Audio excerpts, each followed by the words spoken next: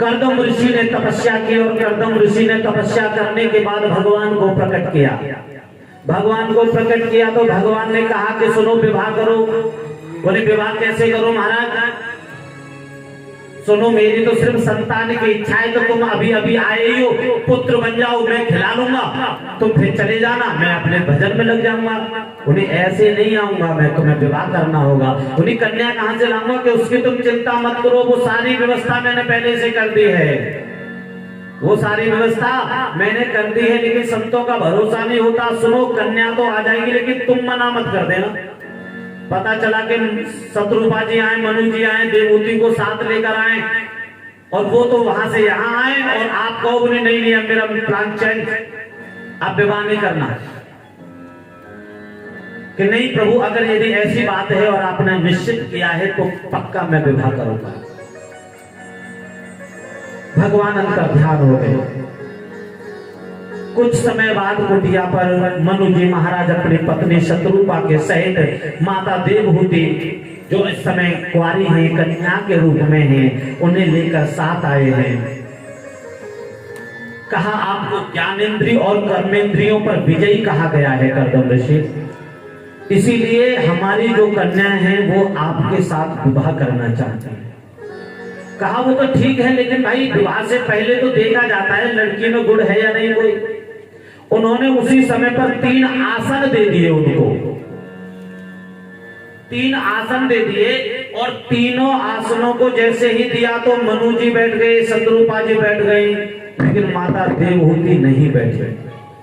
देवहूति जब नहीं बैठी तो पूछा उनसे, बताइए आप इस पर क्यों नहीं बैठे? आसन दिया है, आप इस पर बैठे क्यों नहीं? कहा महाराज मैंने अपना हाथ रखा है आसन पर, मैं आसन से नीचे बैठी हूं। क्यों हाथ ही क्यों रखा?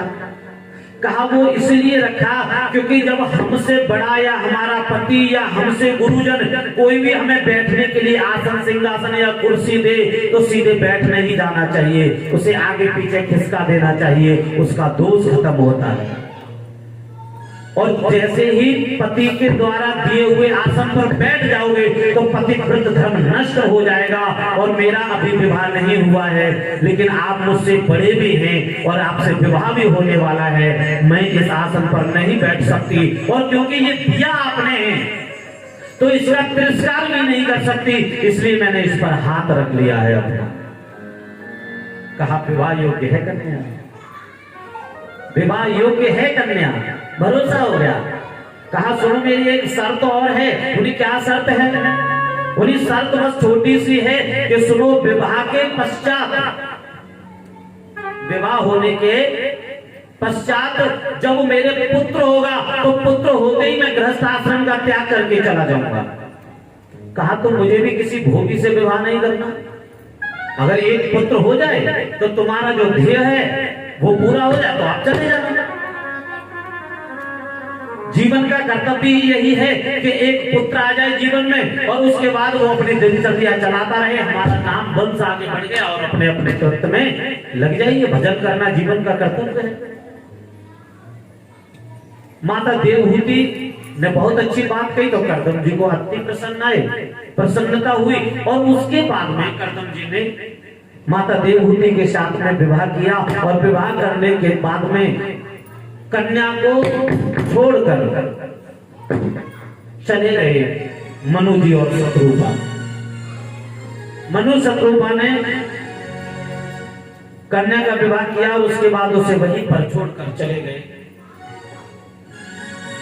थोड़े दिन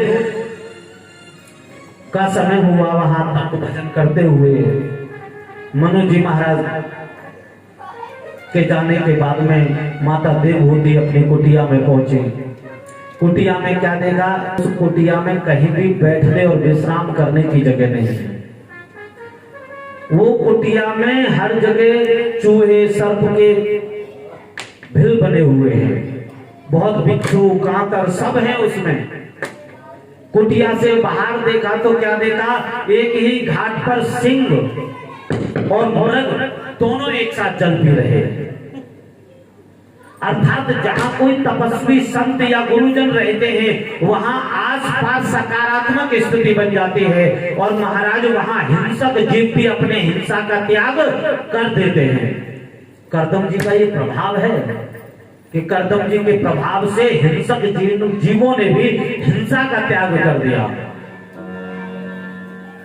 लेकिन जैसे ही वो कुटिया में अंदर आए, एक आसन की जगह थी, उसी आसन में बैठे और महाराज उसी समय साधना में चले गए।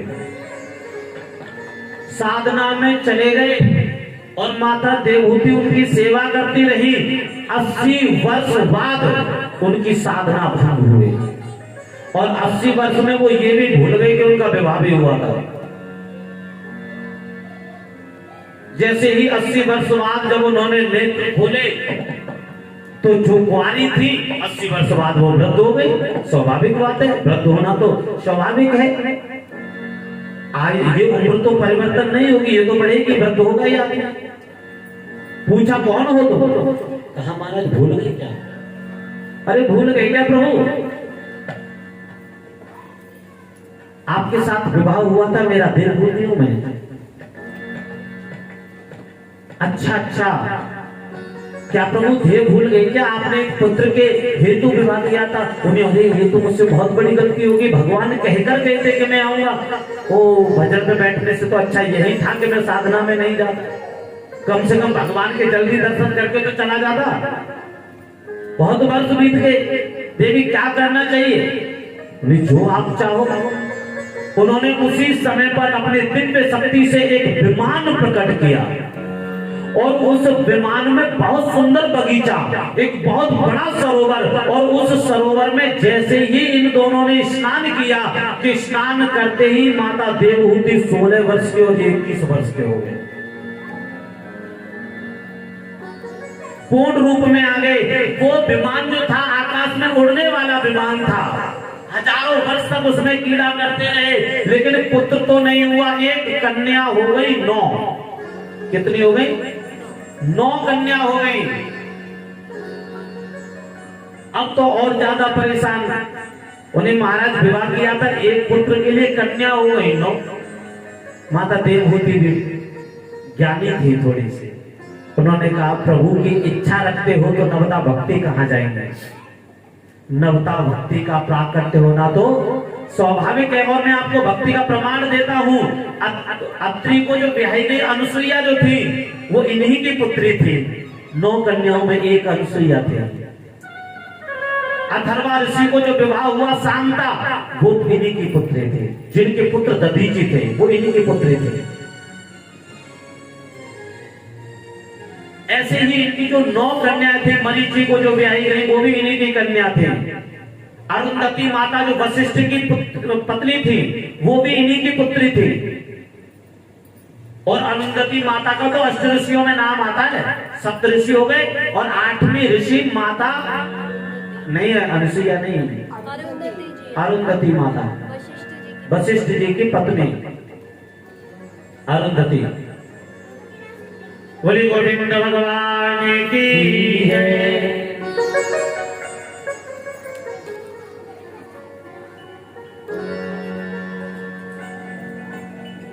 लेकिन जब नवदा भक्ति का प्राकट्य हो गया, करदम ऋषि ने विचार किया इनका विवाह करना ज्यादा जरूरी है। तो जिस जिस कन्या के मन में जो ऋषि बैठे हुए थे उन्हीं के साथ में उनका विवाह कर दिया गया। और विवाह करने के पश्चात जैसे जो कला नाम की कन्या थी वो मरीचि के साथ ब्याही गई, अनुसुईया अत्रि के साथ, श्रद्धा अंगिरा के साथ, हविर्भू नाम की कन्या थी जो पुलिस ऋषि के यहाँ ब्याही गई। पुलिस ऋषि के लिए पुलिस के ही विशस्त्रवा थे और उनके रावण थे। वंश भी देखो यहीं से शुरू हो रहा है सारा। ये 9 नहीं आएंगी तो कहां से शुरू होगी कहानी? तो ये 9 पहले आए हैं। एक गति नाम की थी जो पुलह के साथ में ब्याही गई, क्रिया नाम की कन्या ऋतु के साथ ब्याही गई, ख्याति का विवाह भृगु जी के साथ में हुआ। भृगु जी के पुत्र का नाम था शुक्राचार्य, याद रखिए। और माता अरुंधति वशिष्ठ जी के साथ, और शांति जो थी वो अथर्वा ऋषि के साथ ब्याही गई। जो 9 कन्याओं का विवाह इन ऋषियों के साथ में संपन्न हुआ। और उसके बाद में इन्होंने अपना पल्ला झाड़ा और कहते मैं तो जा रहा हूं, 9 कन्याओं का विवाह हो गया। बोले बस पुत्र तो हुआ ही नहीं, तुमने तो कहा था आप पुत्र के बाद ही जाओगे। बोले हाँ याद आया, अभी तो भगवान का आना बाकी है। और फिर उन्होंने प्रतीक्षा की भगवान के आने की, और एक समय आया और भगवान का प्राकट्य हुआ, कपिल भगवान का। बोले कपिल भगवान की जय हो। जब 10वें महीने में माता देवहूति को साक्षात प्रकट होकर भगवान नारायण ने आशीर्वाद दिया, और उसके बाद खुद ही पुत्र बन गए उनकी गोद में आते है। सौभाग्य भगवान स्वयं आकर आशीर्वाद दे और फिर उन्हीं के पुत्र बन जाने, तो इससे बड़े सौभाग्य की बात क्या होगी। भगवान पुत्र हो गए माता देवहूति के। कर्दम ऋषि ने देखा उनको और उनका आनंद लिया, उन्हें खूब खिलाया, और जैसे ही वो 1 से 2 वर्ष के हुए तभी बोले ठीक, मुझे तो आनंद आ गया, परमात्मा को खिला के मैं तो जा रहा हूं अब तप करने। कहा जो जैसी आपकी इच्छा। उसके बाद वो चले गए तप करने के लिए, लेकिन तप करने तो वो चले गए, लेकिन यहाँ माता देवहूति के हृदय में अनेकों प्रश्न हैं, और माता देवहूति अपने प्रश्नों का उत्तर चाहते हैं। धीरे धीरे कपिल भगवान बड़े हो रहे हैं। एक दिन वो संध्या करके बैठे हुए थे सुख आसीन, उसी समय पर जाकर माता देवहूति ने प्रश्न कर दिया। निर्भिन्ना नितरां भोगं सतेन्द्रिय दर्शनात् येन संभाव्यमानेन प्रपन्नादं तम प्रभु। कपिल भगवान से माता देवहूति ने प्रश्न कर दिया। निर्भिन्ना नितरां भोगं सतेन्द्रिय दर्शनात्, ये इंद्रियां अनेक वस्तुओं को चाहती रहती हैं। ये इंद्रियां क्या करती हैं? अनेक वस्तुओं को चाहती रहती है। हमें ये चाहिए। इन इंद्रियों को बस में कैसे करें? पहला प्रश्न माता देवहूति ने किया, इन इंद्रियों को बस में कैसे करें। दूसरा प्रश्न, मुक्ति किसकी होती है? शरीर की होती है, आत्मा की होती है, किसकी होती है? मुक्ति किसकी होती है मुझे बताओ। और मुक्ति के लिए भक्ति किस प्रकार से होती है, उस भक्ति मार्ग का ज्ञान दीजिए प्रभु।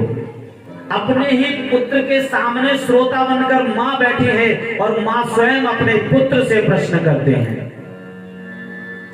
क्या प्रश्न करते हैं?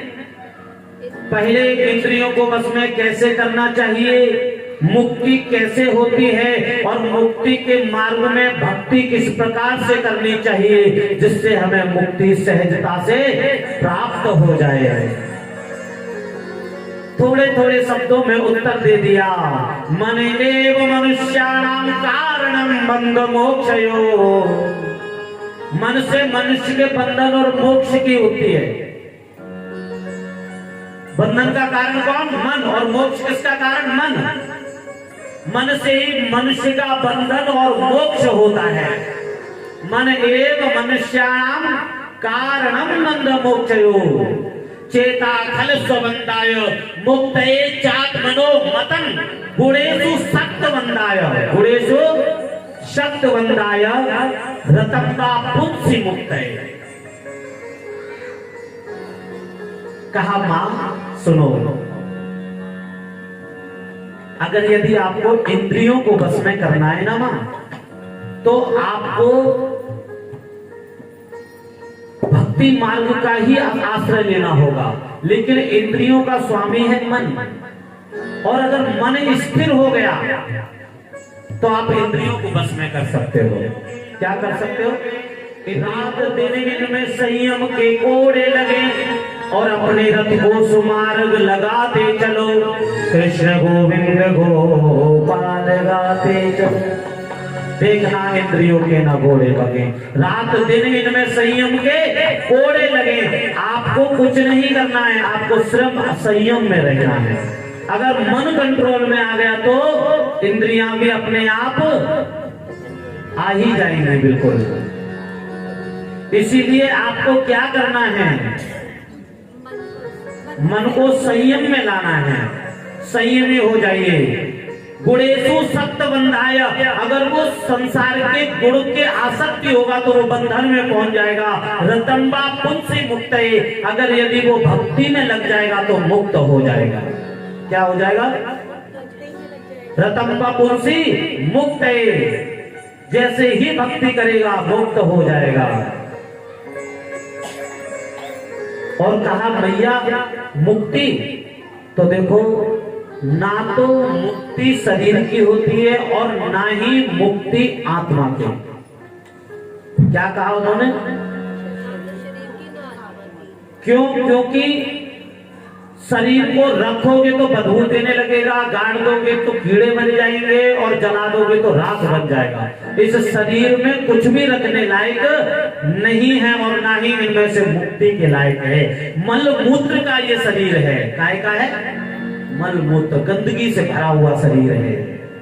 और गंदगी से भरे हुए शरीर को पालने की बात करते हो, भगवान से ज्यादा अपने शरीर का ख्याल रखते हो। आज तो हम सुंदर ही नहीं दिखे, किसी ने तारीफ ही नहीं की हमारी। थोड़ा सा तो सुंदर लगना चाहिए था ना। दुनिया प्रशंसा करे बस इसके लिए तैयार होते हो, भगवान भी कभी तुम्हारी प्रशंसा करे इसके लिए भी तैयार हुए। उसे भी सुंदर तरीके से सजाइए और भगवान से मिलने के लिए नित्य प्रतिदिन तैयार हुए। जिस दिन भी तुम्हारे हृदय में सच्चा भाव होगा उसी दिन वो तुमसे आकर भेंट करेगा। पिंगला नाम की वैश्या, पिंगला नाम की वैश्या जो चाहती थी कि रोज एक नया ग्राहक आए, लेकिन ग्राहक नहीं आता हो, क्योंकि जब वो सुंदर थी, जवान थी, तब हजारों लोग आते थे, लेकिन अब कोई नहीं आता। दत्तात्रेय भगवान ने इसको गुरु बनाया है, इस वैश्या को। दत्तात्रेय भगवान ने पिंगला नाम की वैश्या को गुरु बनाया है। 24 गुरुओं में पिंगला नाम की वैश्या है। 24 गुरु बनाए थे उन्होंने, दत्तात्रेय ने। दत्तात्रेय भगवान ने 24 गुरु बनाए और उनमें से एक गुरु थी पिंगला नाम की वैश्या, जो ग्राहकों के लिए रोज सजती थी। लेकिन एक दिन क्या हुआ कि एक समय आया कि उससे अब कोई भी नहीं आता मिलने। एक संत को मिली, वो संत को देखते ही पूछा, प्रभु अब मेरा क्या होगा? मेरे ना कोई आगे है ना कोई मेरे पीछे है, मेरा तो ये शरीर है जो ग्राहक पहले खरीदते थे, अब तो इसका भी महत्व तो नहीं बचा है। अब मैं तैयार भी हूं तो किसके लिए? कहा अरे पिंगला सुन, तू गोविंद के लिए तैयार हो। जिस दिन उसने तुझे देख लिया ना, उस दिन तेरा कल्याण हो जाएगा। अरे वाह, क्या बात है महाराज। प्रतिदिन रोज तैयार होने लगी और वो अब किसी ग्राहक के लिए नहीं होती है, गोविंद के लिए होती है। और दत्तात्रेय भगवान ने क्या देखा? एक दिन स्वयं भगवान मिलने के लिए उस पिंगला से आए, और जिस दिन भगवान मिलने के लिए आए उसी दिन पिंगला का शरीर छूट गया। जिस शरीर को वो पाल कर रख रही थी, उस शरीर को त्याग कर परमात्मा में विलीन हो गई। बोले गोविंद भगवान की जय। दत्तात्रेय भगवान ने उसी समय उस पिंगला को प्रणाम करके गुरु बना दिया। ज्ञान देने वाला प्रत्येक मनुष्य गुरु होता है। दत्तात्रेय भगवान ने पिंगला नाम की वैश्या को गुरु बनाया, और इसीलिए सजावट के लिए कि देखो वो नित्य प्रतिदिन किसके लिए सजती थी, लेकिन एक बार भगवान के लिए सजना शुरू कर दिया उसने, तो महाराज भगवान ने साक्षात्कार कर दिया। बोले गोविंद भगवान की जय। मैं तो हमेशा एक बात कहता हूं कि मुझे भी पिला दो वही श्याम बूटी जो प्रहलाद ध्रुव को पिलाई गई है, जो प्रहलाद ध्रुव को पिलाई गई है। मुझे भी मिला दो वही श्याम बूटी, मुझे भी मिला दो वही श्याम बूटी जो प्रहलाद ध्रुव को पिलाई गई है, जो प्रहलाद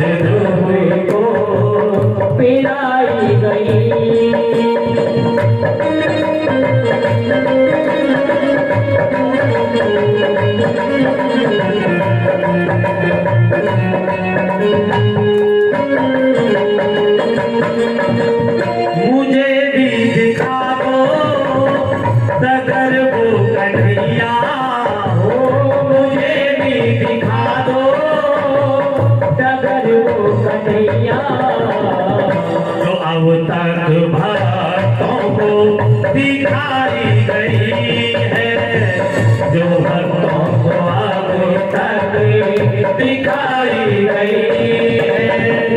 मुझे भी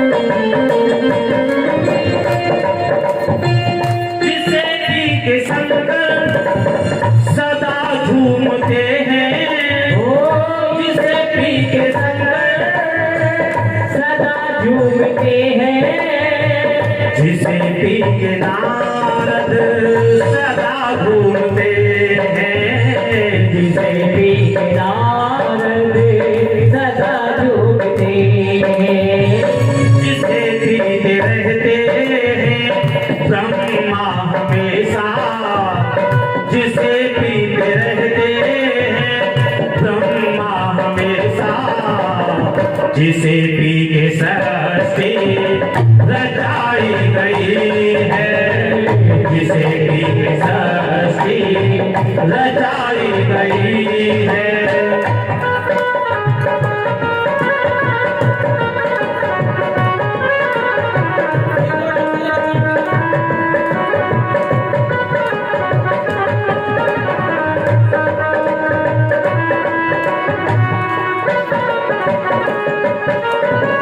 सुदामा ने की थी, अजामिल ने की थी, धना जाट ने भक्त नरसिंह ने की थी, धना जाट ने भक्त नरसिंह ने की थी। किसी को पिलाई सलमोहया से, किसी को पिलाई किसी को दया से पिलाई गई है, किसी को दया से पिलाई गई है। मुझे भी पिला दो वही श्याम बूटी, जो प्रहलाद ध्रुव को पिलाई गई है, जो प्रहलाद ध्रुव को पिलाई गई है।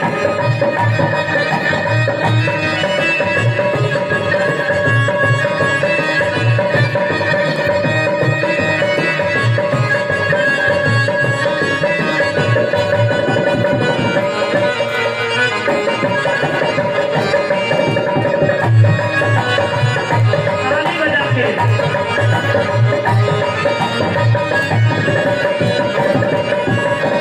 पिलाओगे तो मैं पी लूंगा डट के, नहीं जाऊंगा तेरे द्वारे से हट के, हाँ नहीं जाऊंगा तेरे द्वारे से हटेंगे, नहीं जाऊंगा तेरे द्वारे से हटेंगे। पिलाओगे तो मैं पी लूंगा डट के, नहीं जाऊंगा तेरे द्वारे से हट के, नहीं जाऊंगा तेरे द्वारे से हटेंगे, नहीं जाऊंगा तेरे द्वारे से हटेंगे। गए रूठ मुझसे क्यों कर कन्हैया, गए रूठ मुझसे क्यों कर कन्हैया, क्या कोई मुझसे खता हो गई है, क्या कोई मुझसे खता हो गई है। मुझे भी पिला दो वही श्याम बूटी, जो प्रहलाद ध्रुव को पिलाई गई है। मुझे भी दिखा दो अगर वो कन्हैया जो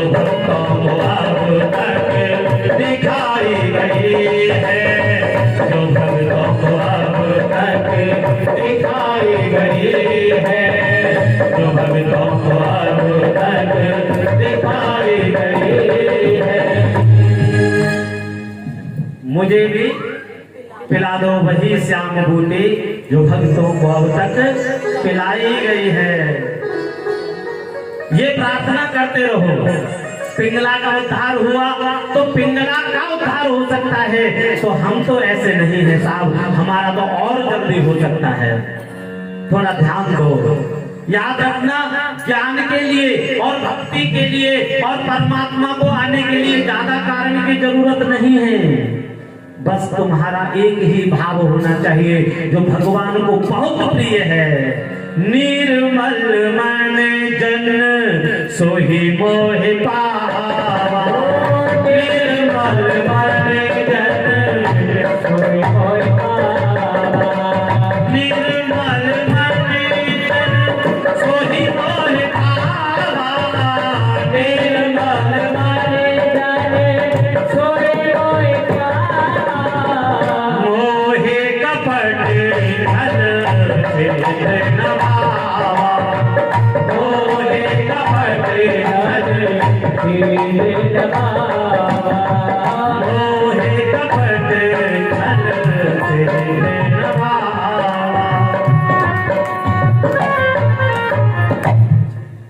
भगवान को माला पसंद नहीं है, जाप पसंद नहीं है, नियम पसंद नहीं है। भगवान को एक ही बात है, निर्मल मन जन सोहि मोहे पावा। और ज्यादा कुछ चाहिए क्या? कहीं कुछ और लिखा है क्या? कहीं लिखा हो तो मुझे प्रमाण जरूर देना। मेरी नजर में तो एक ही भाव है, जो सब कुछ सौंप सकता है वो सब कुछ हासिल कर सकता है। इसलिए सब कुछ पाने के लिए पहले सब कुछ छोड़ना सीखो। मुझे कहा था किसी ने, गौरव तू ज्यादा पाना चाहता है इसलिए तुझे कुछ मिल नहीं रहा है।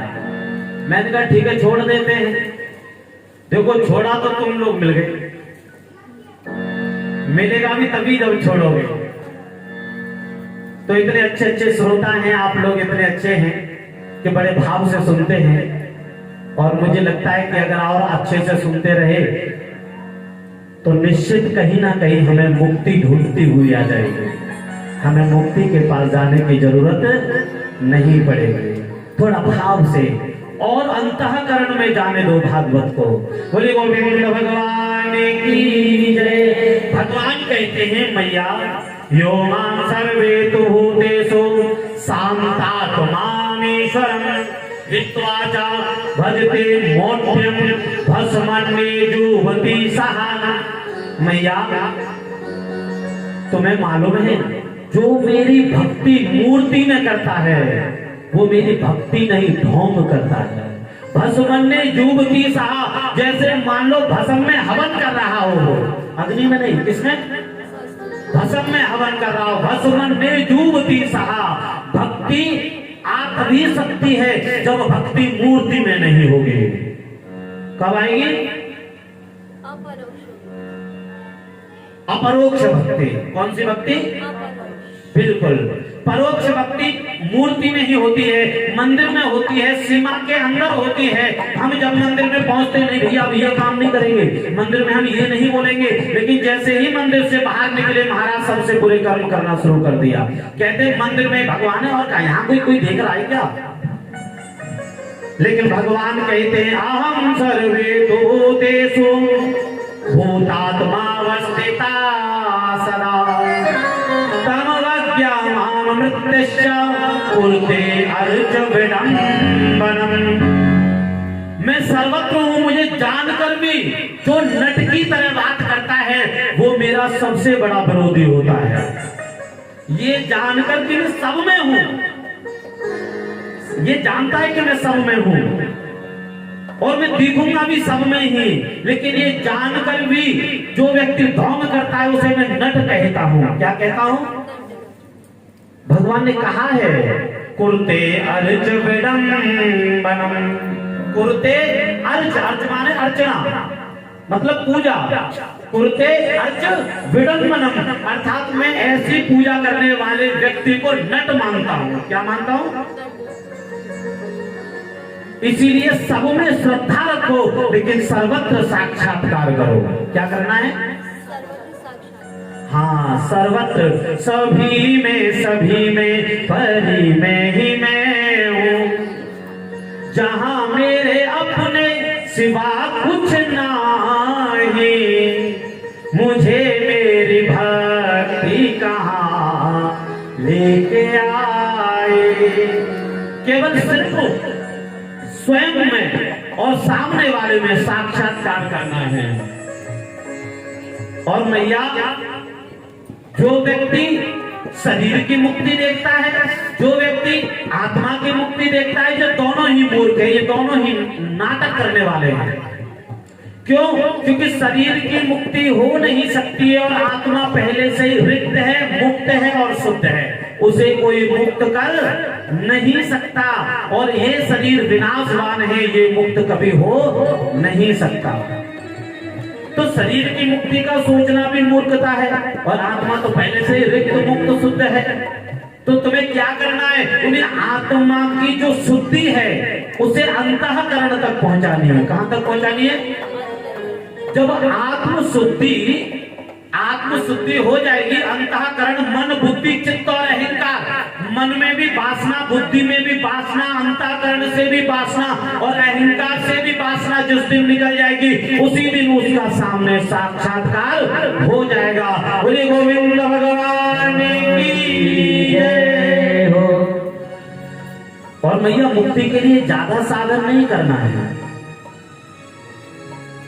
जो व्यक्ति रजोगुण, सतोगुण और तमोगुण, इन तीनों गुणों को भी रखकर मेरी भक्ति करता है, प्राप्त तो मैं उनको भी होता हूँ। जो मांस मद्दा भक्षण आदि करता है, मैं तमोगुण, इनको तमोगुणी कहते हैं, मैं उनके भी जीवन में अपनी भूमिका अहम निभाता हूँ। जो राजसी भूमि, मकान, धन दौलत, यश, ऐश्वर्य को पाने के लिए करते हैं,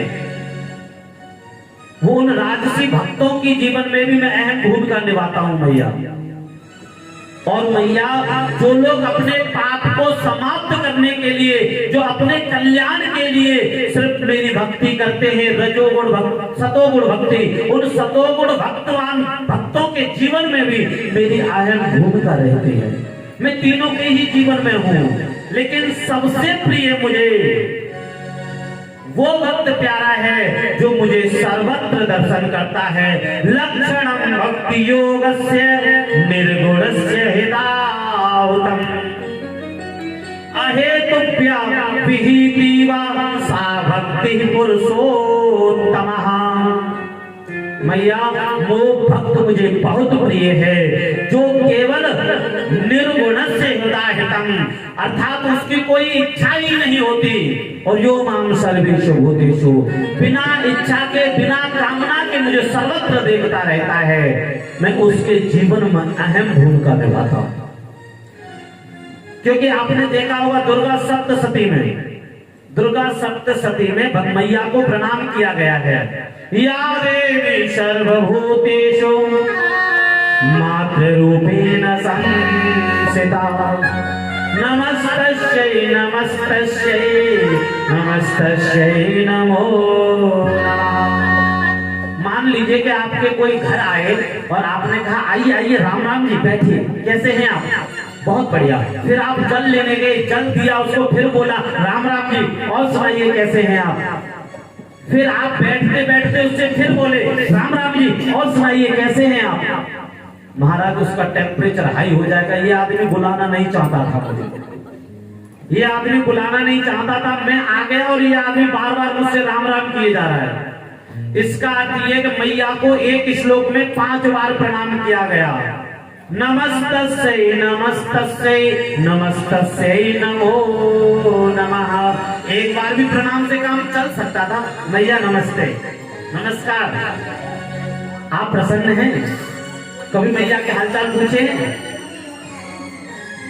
मैं एक जगह से जब भी गुजरता हूं तो पूछता हूं मैया अच्छी हो आप? एक मंदिर है, बड़ा दिव्य मंदिर है, वहां बहुत भीड़ रहती है दिन भर, लेकिन मेरा जब भी कहीं से वहां से निकलना होता है महीने 2 महीने में, तो मैं उनको प्रणाम करके कहता हूँ अच्छी हो मैया। कभी जवाब नहीं दिया, लेकिन भरोसा है जरूर आएगा उनका। लेकिन आप जो है नमस्कार करो, नमस्कार करो, तो नमस्कार एक बार में भी हो सकता है, 3 बार प्रणाम नहीं, 5 बार प्रणाम किया, रजोगुण सतोगुण तमोगुण रूप से। मतलब तीनों तरह के भक्त, और एक होता है मल भक्त और एक होता है अमल भक्त। 5 प्रकार के भक्त हो गए। कितने? रजोगुण सतोगुण तमोगुण मल भक्त और अमल भक्त। मन और अमन का बताइए। निर्गुण तो जैसे निर्गुण मन और अमन का बताइए। मल और अमल, एक महल रखकर भजन करता है और एक बिना महल रखे भजन करता है। महल मल, हाँ गंदगी। एक व्यक्ति होता है ना जो सबको बुराई बुरा देखता है, दुर्योधन जैसा, उन्हें ये भी बुरा है ये भी बुरा है, जहां में तो बहुत ही बुराई है, और ये तो इतना ज्यादा बुरा है कि बस कुछ पूछो ही मत। राम राम राम, कितना बुरा आदमी है ये तो। उसको भी मैया कहती है मैं ऐसे भक्त को भी स्वीकार करती हूँ। और अमन जो बिल्कुल निर्मल होता है मैं उसे भी स्वीकार करती हूँ। क्योंकि मैया के लिए तो पुत्र कैसा भी हो जाए, डाकू भी हो जाए, चाहे पुलिस वाला हो जाए, मैया तो सबको हृदय से लगाती है। मेरा लाल आ गया, देखते ही मैया अपने हृदय से लगा देती है। तो मैया के लिए तो सब भक्त अच्छे। तो मैया ने कहा चाहे रजोगुण भक्त आ जाए, चाहे सतोगुणी भक्त आ जाए, चाहे तमोगुणी भक्त आ जाए, चाहे अमल आ जाए, चाहे अमल आ जाए, मुझे 5 प्रकार के भक्त स्वीकार हैं। या देवी सर्वभूतेषु मातृरूपेण संस्थिता, नमस्तस्यै नमस्तस्यै नमस्तस्यै नमो नमः। हमें मैया सभी प्रकार से स्वीकार करते हैं। ऐसे ही भगवान को प्रणाम करो। भगवान कहते हैं माता, जो लोग मेरी भक्ति करते हैं और दिखावे की भक्ति करते हैं, ऐसे लोग मुझे पसंद नहीं आते। वो लोग करते तो हैं निर्गुण से होता हुकम, लेकिन मेरी अहम भूमिका उसी के जीवन में होती है जो निर्गुण भक्ति से मेरा मनन और चिंतन करता है, निर्मल भाव से। जो कि मैं पहले कह रहा था, निर्मल मन जन सोहि मोहि पावा। मैं पहले से ही ये बात दोहरा रहा हूं और वही फिर पुनः दोहरा रहा हूं। परमात्मा सभी प्रकार से स्वीकार कर रहे हैं, लेकिन आपकी दृष्टि में भेद नहीं होना चाहिए। जैसी आपकी दृष्टि होगी वैसे ही आपको सृष्टि दिखाई देगी। हाँ, तो अमल जो होते हैं वो होते निर्मल भाव वाले, और मल होते हैं जिन्हें कभी किसी में अच्छाई दिखाई नहीं देती, वो सब में बुराई ही देखते हैं, ये बुरा वो बुरा ये बुरा। लेकिन मैया जो लोग इस तरीके से भक्ति करते करते अंत समय पर अपने पाप को भोग रहे होते हैं, उन्हें यमदूत आते हैं लेने के लिए, लेकिन कंठम घुरघुरायते, उनका कंठ करता है घुर घुर, बोल नहीं पाते, भजन कहां से करेंगे। कंठम घुरघुरायते, कंठ से आवाज अपने आप आ रही होती है घुर घुर घुर। उनसे पूछो क्या हुआ, घुर, एक ही बात आती है उनके अंदर से। यमदूतो यदा प्राप्तो भीमो सर्वभक्षणो, जैसे ही मेरे यमदूत आते हैं देखते ही उसके त्रस्त हृदय, वो जैसे यमदूतों को देखता है उसका हृदय त्रस्त हो जाता है। हाँ, सभी यमदूत देखते जरूर है अपने जीवन में। तो जैसे यमदूत आते हैं तो वो देखता है, लेकिन देखने के बाद बोल नहीं पाता, आवाज आती है घर घर घर। उसके बाद में क्या होता है, सत्रम मूत्रम विमुंचते, और वो मल मूत्र त्याग बैठता है। बहुत बड़ा पापी की मृत्यु जब होगी तो मल मूत्र छोड़ देगा वो। और जैसे ही मान लो कि मृत्यु के समय पर जिस जीव का मल मूत्र निकल जाए, मान लेना ये घोर नरक में गया। आंखें खुली की खुली रह जाए तो याद रखना भगवान का मार्ग खुला मिलेगा इस व्यक्ति को। और मृत्यु के समय पर जिसका ये सर फट जाए, जिसका ये सर फट जाए मृत्यु के समय पर, मान लीजिए उसकी मुक्ति होगी। लेकिन फिर भी क्या करता है आदमी कि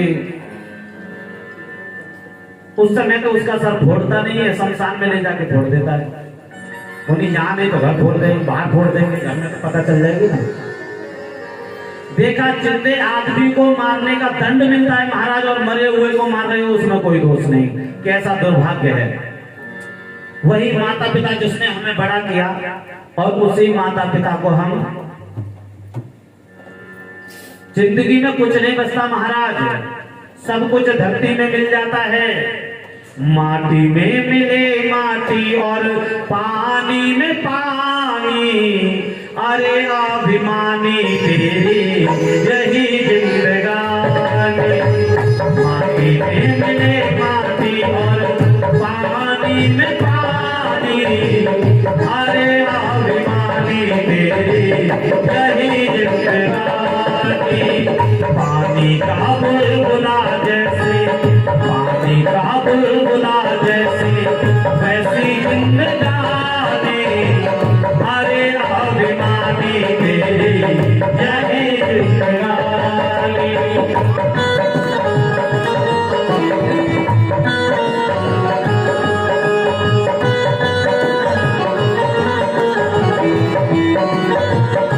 और जिस पर भी भरोसा कर रखा है ना तुमने, वो भी काम नहीं आने वाले।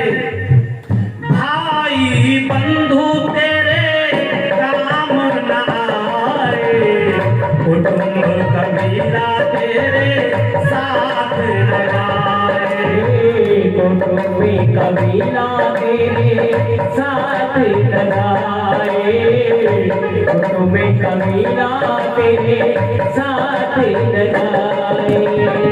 जाएगा न संग में तेरे कोई मिटानी, जाएगा न संग में तेरे कोई मिटानी, अरे अभिमानी तेरी यही जिंदगानी, अरे अभिमानी तेरी यही जिंदगानी। माटी में मिले माटी और पानी में पानी, अरे अभिमानी तेरी यही जिंदगानी, अरे अभिमानी तेरी यही जिंदगानी।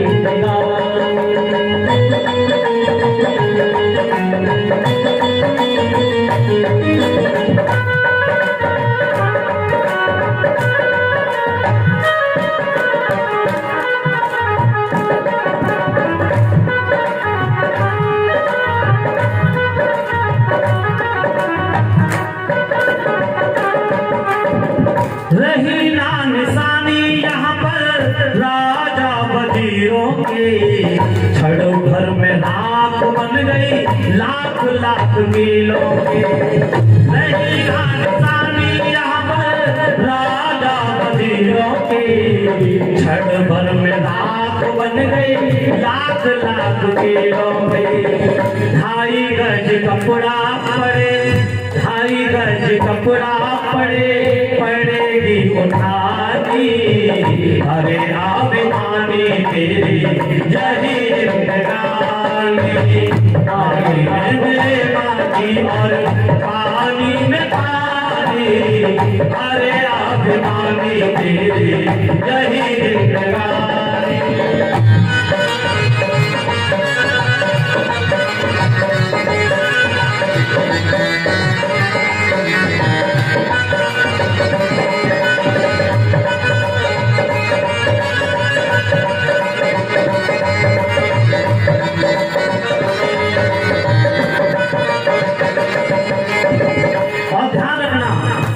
पशु में क्या अंतर है? खाना पीना पशुओं का काम है, दो घड़ी न सत्संग किया करता अभिमान है। खाना पीना पशुओं का काम है, दो घड़ी न सत्संग किया करता अभिमान है। योनि जाए सारी बीती, योनि जाए सारी बीती, अरे अभिमानी यही जिंदगानी तेरी, यही जिंदगानी, यही जिंदगानी। माटी में मिले माटी और पानी में पानी, अरे अभिमानी तेरी यही जिंदगानी, अरे अभिमानी तेरी यही जिंदगानी। जय जिंदगानी। बोले गोविंद भगवान की जय। खाना पीना पशुओं का काम है, जैसे पशु कर रहे वैसे हम कर रहे, लेकिन हमें सबसे बेहतर करना है, हमें थोड़ा सा भजन, थोड़ा सा सत्संग करना है। मैया अंत समय जिसका आ रहा होता है वो यमदूत को देखकर उसकी जुबान बंद हो जाती है। कपिल भगवान कहते हैं माता देवहूति से, कंठन घुरघुराए थे, कंठ आवाज करने लग जाता है, यमदूत आते हैं, उसे बेहद पीड़ा होती है। मैया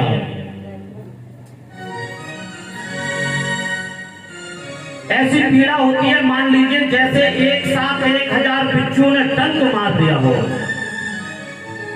बिलबिलाता है वो मृत्यु के समय पर, और उसी समय पर उसके शरीर से एक सूक्ष्म शरीर निकलता है। क्या निकलता है?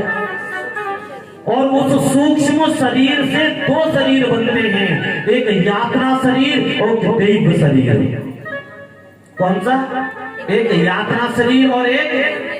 लोग प्रश्न करते हैं ना, जब आदमी मर ही जाता है तो पीड़ा कैसे होती होगी? लोग प्रश्न करते हैं ना कि अरे आदमी तो मर गया, अब कहते हैं नरक में ये दर्द भोगोगे, ये पीड़ा भोगोगे, ये परेशानी भोगोगे। तो जब शरीर ही छूट गया तो दर्द किसे होता होगा? जब सूक्ष्म शरीर निकलता है तो 2 शरीर निकलते हैं उसके साथ। कौन कौन से? यातना और दिव्य। एक यातना शरीर और एक दिव्य शरीर। अगर पुण्य बलवान होता है तो वो सूक्ष्म शरीर जो है दिव्य शरीर के साथ धाम को चला जाता है, और पाप ज्यादा होता है तो वो सूक्ष्म शरीर यातना शरीर के साथ मिलकर वो सब पाप भोगने के लिए चला जाता है। अब शरीर यहाँ भी मिल रहा है। कौन सा शरीर मिल रहा है? यातना शरीर। सूक्ष्म शरीर को कौन सा शरीर मिल रहा है? यातना शरीर। क्यों? क्योंकि अभी तो उसको और कष्ट भोगना है, अपने पूरे जीवन के किए हुए कर्म भोगना है। मैया मनुष्य अपने पापों को और अपने जीवन के कर्मों को जब तक भूलता नहीं है तब तक उसे नरक में यातनाएं मिलती रहती हैं। लेकिन जैसे ही वो अपने कर्म, अपने सगी संबंधी जब सबको भूलने लग जाता है, उसी समय पर वो एक अन्न में प्रवेश करता है, और उस अन्न में प्रविष्ट होकर एक पुरुष के अंदर प्रवेश होता है, और उस पुरुष के कर्णाश्रय का आश्रय लेकर वो एक स्त्री के गर्भ में प्रवेश होता है। और जब वो स्त्री के गर्भ में प्रथम दिन पहुंचता है तो कलल नाम की संज्ञा होती है उसकी। क्या नाम होता है? कलल नाम की संज्ञा।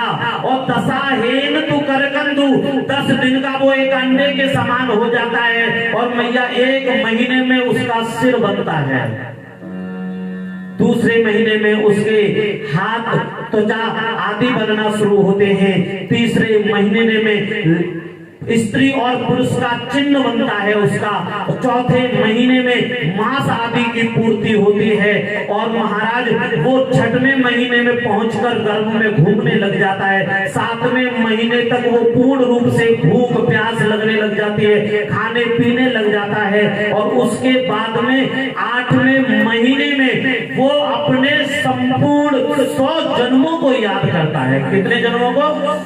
100 जन्मों को। लेकिन मैया अभी इसे गर्भ में भी यातना मिलेंगी। अब कपिल भगवान कहते हैं माता, जो जीव नरक से आया है अभी अभी यातना भोग कर, वो अब गर्भ में भी यातना भोग रहा है। अरे गर्भ में यातना काहे की? गर्भ में तो यातना काहे की? मैया के कुक्षी में कितना सुरक्षित गर्भ है कि नहीं? मैया वो सुरक्षित नहीं है। मैया को सबसे ज्यादा गर्भ ठहरने के बाद में खट्टा खाने का मन करता है, और वो खट्टा जाकर बच्चे के शरीर पर तेजाब की तरह लगता है। वो क्या होता है? तेजाब की तरह लगता है। वो मैया खट्टा खाती है, कड़ा खाती है, वो बच्चे के शरीर पर चुभता है। शरीर में 18,000 करोड़ कीड़े हैं, वो कीड़े बच्चे को काटते हैं, वो बिलबिलाता है, और मैया कहती है घूम रहा है। वो कीड़े काटते हैं, वो फटफटाता है, उसे अंदर बहुत पीड़ा होती है, उसे अपने 100 जन्म याद आ जाते हैं। तत्रालवदे स्मृति देवात् कर्म जन्म सतोद्भवः 100 जन्म उसे याद आ जाते हैं। उसने किस जन्म में क्या कर्म किया, क्योंकि पहले महीने में कंठ बना, पहला कंठ बनने के बाद में इसके पास एक हिता नाम की नाड़ी बनी और उस हिता नाम की नाड़ी के द्वारा संपूर्ण मस्तिष्क का निर्माण हुआ। सबसे पहले क्या हुआ, ये मस्तिष्क का निर्माण हुआ। तो ये हिता नाम की नाड़ी थी ना, वो तुम्हारे 100 जन्म तक तुम्हें याद दिला सकती है। क्या कर सकती है वो, 100 जन्म याद दिला सकती है। ये हिता नाम की नाड़ी की खासियत है। और जैसे ही गर्भ में जीव आता है 8वें महीने में उसे अपने संपूर्ण 100 जन्म याद आ जाते हैं और फिर वो पश्चाताप करता है, फिर वो भगवान से क्षमा याचना करता है। जब वो मेरी स्तुति गाता है मैया, तब मैं उसे क्षमा कर देता हूँ और फिर सोचता हूँ शायद ये फिर सत्कर्म करेगा। लेकिन जैसे ही पृथ्वी पर प्राण वायु का आश्रय लेकर वो पृथ्वी पर प्रकट होता है, क्योंकि आपको शायद नहीं मालूम, जब गर्भ में बालक होता है तो उस समय स्त्री धनंजय वायु का प्रयोग करती है। अर्जुन को धनंजय कहा जाता है ना, अर्जुन को क्या कहा जाता है, क्यों कहा जाता है, क्योंकि अर्जुन ने धनंजय वायु को जीता था। हम पांच प्राण वायु से जीवित रहते हैं। 5 प्राण वायु, प्राण, अपान, व्यान, उदान और समान, ये 5 प्रकार की प्राण वायु है। क्या क्या है, 5 प्रकार की प्राण वायु। और इन प्राण वायु की 5 उप प्राण वायु है, धनंजय, नाग, पुष्कर आदि आदि। और इनमें से सबसे उप जो धनंजय वायु है उसे स्त्री प्रयोग में करती है। मालूम है कैसे, जब बालक का प्रसव हो रहा होता है तो प्राण वायु बच्चे को धकेलने के लिए बाहर आती है और धनंजय वायु उतनी क्षण के लिए स्त्री को जीवित रखती है। लेकिन जैसे ही बच्चा गर्भ से बाहर आ जाता है, अर्थात प्रसव हो जाता है, उसी समय पर वो प्राण वायु अपनी जगह पर और धनंजय वायु अपनी जगह पर पहुंचती है। इतने में अगर यदि समय से नहीं पहुंच पाई तो स्त्री मर जाती है, नहीं तो कुछ क्षण के लिए मूर्छित हो जाती है। बच्चे के जन्म के बाद स्त्री मूर्छित जरूर होती है, कुछ क्षण, कुछ मिनटों के लिए, और तब बाद में होश आता है, तब कहती है वो मां बनती है। एक मृत्यु से जूझने के बाद मां बनती है एक स्त्री। ये सबसे बड़ा दर्जा है दुनिया में, सृष्टि का सबसे बड़ा नाम है मां। इन धनंजय वायु, इस धनंजय वायु का प्रयोग करके माताएं इस 6 वायु का प्रयोग करते हैं। और पुरुषों में इसने, अर्जुन ने धनंजय वायु का प्रयोग किया था, इसलिए अर्जुन को धनंजय कहा जाता था। क्या कहा जाता था, धनंजय। बोले गोविंद भगवान की जय। लेकिन मैया जैसे ही वो गर्भ से बाहर आया, अब वो सब कुछ भूल गया, क्योंकि प्राण वायु का प्रभाव उसके ऊपर इतना तेज पड़ा कि उसकी जो बुद्धि थी वो विस्मृत हो गई। और अब वो याद करना चाहता है जो उसे गर्भ में याद था। बाहर आकर रोने लगा, ऐसा क्या था, क्या क्या क्या क्या ऐसा क्या था जो मैं भूल गया, जो बहुत जरूरी था। लेकिन उसे ये याद नहीं आता कि गर्भ में उसे 100 जन्म याद थे। लेकिन जैसे ही वो गर्भ से बाहर आया वो भूल गया। मैया कहती है अब तो अच्छा हुआ, गर्भ से बाहर आ गया तो अब तो सुखी होगा। तो नहीं मैया, अभी सुखी नहीं है, अभी तो इसे पूरा कष्ट भोगना है। अभी तो देखो इसे भूख लग रही है, मैया समझ रही है इसे दर्द हो रहा है, बिना मतलब की दवाई खिला रही है। वो बेचारा कह नहीं सकता है, उसको जो है खटमल काटते हैं, उसको चींटी काट लेती है, उसे मच्छर काट लेता है, लेकिन मैया उसे जबरदस्ती दूध पिलाती है। उसे भूख नहीं लग रही है तब भी उसे दूध पिला रही है, अकारण भी उसे बहुत पीड़ा होती है। वो बहुत सारे ऐसे कष्ट हैं बाल्यावस्था में, वो जीव कह नहीं पाता, लेकिन वो भोगता रहता है, भोगता ही रहता है। जब तक उसका 1 वर्ष पूर्ण होता है तब तक वो नाना प्रकार के कष्ट भोगते हुए वो 2य वर्ष में प्रवेश करता है और 3य वर्ष में जाकर विद्या आरंभ होती है। 4th वर्ष में उसे जीवन क्रिया आरंभ होती है और 7 या 21 के बाद में वो जाकर विवाह के योग हो जाता है और 7 चौक 28 के बाद में वो युवा पूर्ण अवस्था में प्रवेश कर जाता है। 7 चौक 28 और जैसे जैसे उसकी आयु बढ़ती रहती है, 7 को प्लस करते चले जाइए। 7 चौक 28, 7 पन्ना 35, 7 छंग 42 और 7 सत्तू 49 पे आकर उसे रोका जाता है। बोली सुन, अब तुझे भजन करना चाहिए, क्योंकि पूरा जीवन तूने कमाने, खाने, शादी और बच्चों को पालने में लगा दिया। और 56 वर्ष की आयु में कहते हैं अंतिम बार बोली सर अब भजन कर लो, अब भजन कर लो। अगर 56 वर्ष के बाद भी नहीं किया तो फिर 60वीं वर्ष में सठिया जाएगा और उसके बाद भजन नहीं होगा। उसके बाद ये हाथ यूं हो जाएंगे, उसके बाद आंख निटेर जाओगे, जिब्या उठेगी नहीं, बैठा तुमसे जाएगा नहीं और भजन तुमसे होने वाला नहीं। मैया ऐसे ही उसका पूरा जीवन गुजर जाता है और पुनरपि जन्म पुनरपि मरणम, वो बार बार ऐसे ही जन्म लेता रहता और वैसे ही मरता रहता है, लेकिन वो कभी भी भगवान को पाने का प्रयास नहीं करता। पुनरपि जननम पुनरपि मरणम पुनरपि जननी जठरे शयनम, ये मरने और जन्मने की साइकिल चलती ही रहती है। और महाराज ये क्रिया उसकी बंद कभी नहीं होती। मैया क्या करना चाहिए? उन्हें पश्चाताप करना चाहिए। चढ़ भंगुर जीवन की कलियां कल प्रात है, जाने खिली ना खिली, मदियाचल के शुद्ध शीतल कंध समीर जाने चले न चले, कली काल कुठार लिए फिरता, तन नम्र है चोट झिली ना झिली, और जपले हरि नाम हरि रसना, फिर अंत समय पे हिली ना हिली, जपले हरि नाम हरि रसना, कल अंत समय पे ही ना हिले।